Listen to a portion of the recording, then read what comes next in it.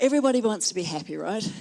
Well, I have spent the last 30 years, and most of that is without the help of the internet, trying to figure out how to be happy. And I can honestly say that I am now truly happy. And I've learnt most of that by living in my car. When you're young, you don't think much about getting old, but when I hit my 60s, it was a major wake-up call, because all of a sudden I realised time was running out and I wasn't happy. And I'd played small all my life, and 2/3 of my life is gone and I hadn't lived it because I was too scared to take risks. So I'm kind of living life in the reverse at the moment. It's like the first 60 years of my life I've been in retirement, and now I'm like a grey-haired teenager, and I'm about to leave home to go and make my fortune and discover what it is that I'm meant to be doing in this lifetime. It's been a long time. They say better late than never, right? So how did I get to be living in my car? And this is my little book of knowledge from my car. Well, let me just take you back to my humble beginnings. I was born in Auckland, New Zealand in 1955. But just let you know that when I was 37, I met a man and moved to Australia. So I'm half and half, right? So my parents had 6 of us in 8.5 years, and I was number 6. So it was pretty frantic. They didn't have a lot of money, and they tried to present us as a good Christian, happy family. Well, that did not apply to me. I was miserable, and I grew up anxious, afraid, empty, and alone, and I've had a lot of therapy.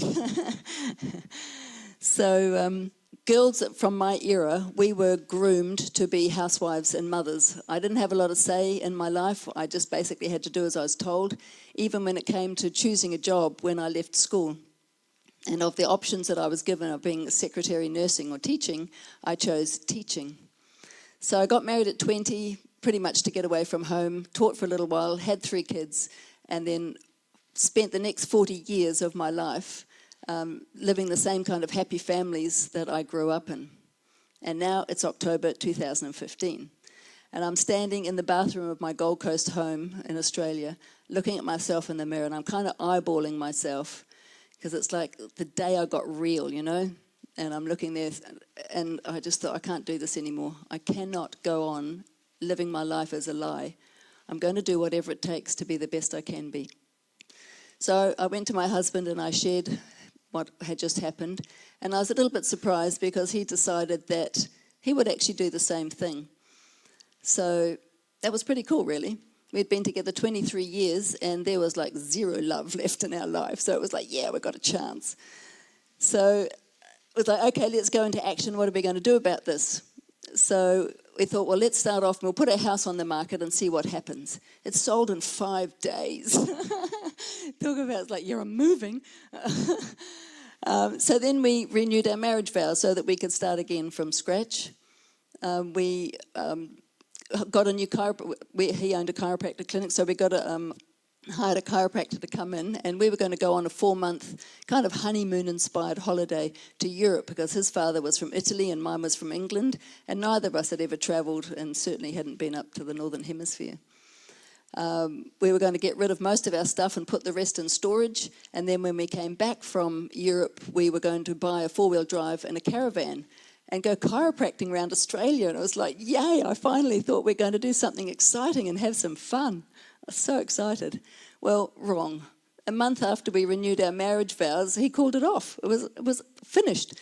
And I never forget this picture I had of a whiteboard, and on it I had like the till death do us part stuff on one side and all these new plans on the other side. And it was like someone just took one of those whiteboard duster things and just cleaned it off. And I remember just standing there looking at this completely blank white screen. And I kind of like, I don't know if you can imagine what that was like, but it was a bit of a meltdown, really. And this one night it was late and I was in the supermarket shopping for one. I was like, oh my God, that's my situation. It's just me, I'm 61. When was this ever meant to happen? Like, what fairy story told me about this? Oh, it was terrible. So, what did I do next? There was a moment, you know, when it was like just the space and time, and all of a sudden, along with the misery, because you know how there's always a silver lining? this little voice just came out. It was my little adventurous spirit that had been just tucked away for 61 years and said, you realise you're on your own now, don't you? It's like, yes, but I'm so scared. I don't want to be on my own. I've never been on my own before. It's like, but you can go and do whatever you want. It's like, but I'm alone. It's like, well, exactly. You've got no one to think about, no one to tell you what to do. You've got your marriage settlement money. You've got time. You know damn well that you're wanting a big adventure. Just go for it. Well, you know how the truth sets you free? Well, I couldn't pretend that I was a victim any longer, so I made that same decision. Took my money, went on the 4-month holiday to Europe by myself. The honeymoon, it was. Not just a holiday, it was a honeymoon. And I'd never travelled, so I had to deal with travel. I don't know if you know what travel's like, but oh my God, it can be so stressful. And then in Paris, I had my phone stolen. Can you imagine how stressful that was? Because I didn't even know where I was staying. And then I'm in Italy and watching people kissing everywhere, and it's like, where's my darling? You know, how come I'm here by myself? But then this other part said to me, come on, you're in Europe. Like, you've never been here before. You've only ever seen these things in books and on movies. And I tell you, it was just the most magnificent trip of my life. But then I had to go back to Australia. And back in Australia, there was no husband, there was no home, there was no job, there was no car. So it's like, bam, down I went into this deep depression. I just, like as a kid growing up, everyone had always told me what to do. I'm the youngest, you know, bossy kind of a family. I never made decisions. I never had to take responsibility for myself. And now all of a sudden I've got to figure out what to do with the rest of my life at 61. Oh, so I kind of lay around being miserable for a while, and then I thought, okay, the first thing I know I need to do is get a car. My criteria for a car was it had to be kind of small and economical, had to look cool, because I was now about looking cool, and I had to be able to sleep in the back of it. So I ended up buying myself a little Subaru Impreza hatch. I love that car, still got it. It's waiting for me when I go home. And then the next thing was a big one. I was like, what on earth am I going to do with the rest of my life? And I just didn't know what to do. So anyway, long story short, I decided to go back and do what I had done really well when I was younger, and I was a really good teacher. And I thought there's got to be more women out there like me whose lives have almost passed them by and they don't know what to do anymore and they're putting on a brave face. So I thought, well, I'll sign up and become a speaker and a coach and learn the business side of things. And so all those courses were going to be in Sydney, which was a 10-hour drive south. So all of a sudden, my little car that I can sleep in got loaded up with stuff. And at midnight on the 9th of March 2017, I cranked up the music and I headed out of town, singing as loud as I could, feeling so free that I had got away from this life, that I was going on an adventure and it had purpose. And I was just so excited. Well, I was exhausted, so I only made it 35 minutes down the road, but I just pulled over, hopped in the back of my car, had a good night's sleep, and off I went in the morning. It was like, yes. And so began my journey of self-discovery living in my car. And the beautiful thing was that now the night sky was my ceiling, the ocean was my shower, beach barbecues were my kitchen, pubs or bars you call them, were the place where I went to meet people and watch sport, love sport, and dance with the young ones till all hours of the morning. And then I'd go and hop out in my car and I'd wake up in the morning in some other magnificent $1 million location in Australia, and often wondering where on earth I was, because I didn't have a plan about where I was going to go. And it was like, oh, where am I now? So much fun. So those early days weren't always wonderful. I still had all my baggage, my emotional baggage with me. But I was still in a better place than if I was pretending that I was happy. And I kind of knew how to handle it, and I had friends who I could ring if I needed to clear my stuff. And sometimes I would record how I was feeling, because I'd share it on Facebook, because you know I was really kind of waking up and understanding what was going on with my life. A lot of people were scared that me sleeping in my car is like, isn't that dangerous? It's like, no. Like, I'm done with fear. I've spent my whole life living in fear. Happiness is way more powerful. But I did have one occasion to be a little bit freaked out. I was down in the south of Australia along the Great Ocean Road, and I'd pulled into this huge car park, and I don't normally park there because you're kind of like one car in a big space. It's like, why would that car be there? And I'm lying in my bed thinking this, and all of a sudden there was just like this thump on the roof of my car. Well, I just jumped, I nearly hit the roof. It's like, what on earth is that? And then I just thought it was a person, actually. And then I heard pitter-patter, pitter-patter. It's like, what on earth is that? And then I saw a paw come down over the back window. And I'd hung my leftover chicken on the handlebar of my push bike on the bike rack, and it turned out to be a fox. I was so scared, and I decided to take that as a sign that I better move on. People also say to me, are you homeless? It's like, yes, I am, and I love it. I stayed in a house in 2018, and I lasted 9 days. It's like I'm lying in this box of a bedroom looking at this white ceiling and these white walls, and it's like, why am I here? So next day I hit the road. Living in my car, it's like I'm a nomad. I've become, it's like it's primal, you know.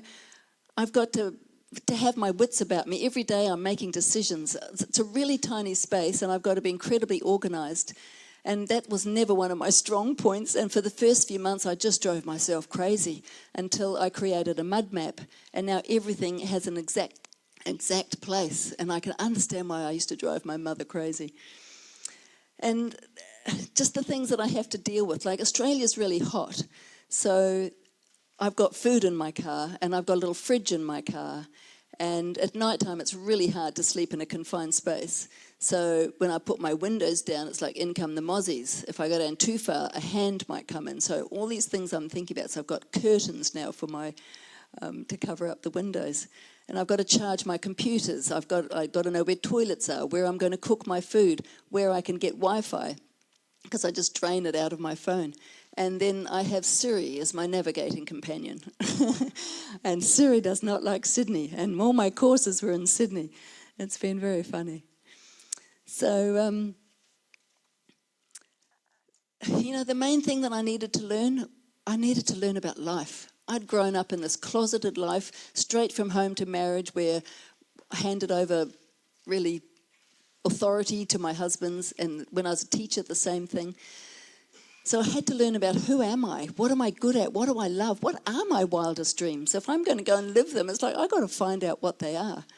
So it was a huge learning curve for me, and I loved what I learned. I learned that I loved myself. I learned that I learned how to let my heart lead because it knows the way. I learned that I was really friendly and unafraid.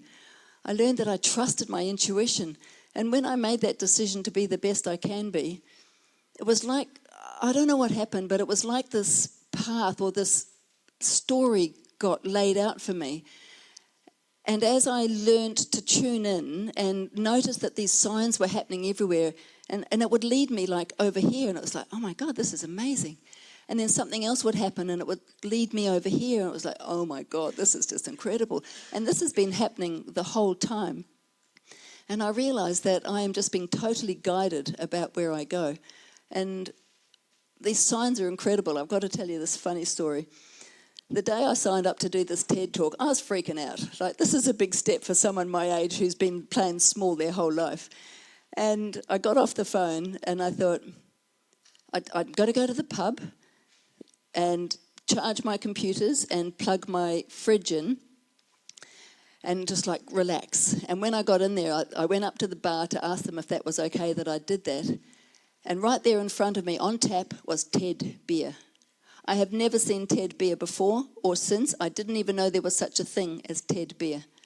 So at 11 o'clock in the morning, I cracked up laughing, you can imagine. At 10 o'clock in the morning, I had a pint of TED. You got to do it, yeah.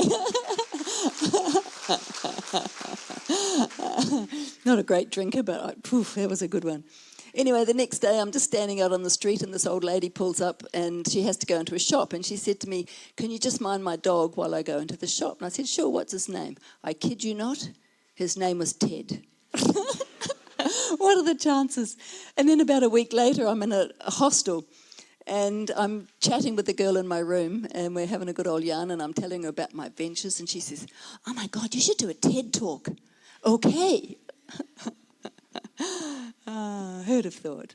How obvious are those signs? I mean, can you ignore those? Absolutely not. So what I've discovered is that once you step outside, and this is like my life is just totally different now. Once I stepped outside my comfort zone, it was like my best life was just sitting there waiting for me. And I just wonder if your best life is waiting for you to step outside whatever your comfort zone is now. And the thing is, if you don't, you run the risk of arriving at your deathbed wondering with deep regret, what the heck happened? Why didn't I do those things that I really wanted to do? And this is where I was heading. At the end of 2016, I came across an article about the top 5 regrets of the dying, and when I read it, I was pretty shocked, but actually not surprised to discover that I had 4 out of those 5. And that really freaked me out and basically spurred me on, and now my score is 0. My life now is about believing in myself and having the courage to go after, to explore new horizons and go after what I want and bring the bigness of who I am to the stage. This one.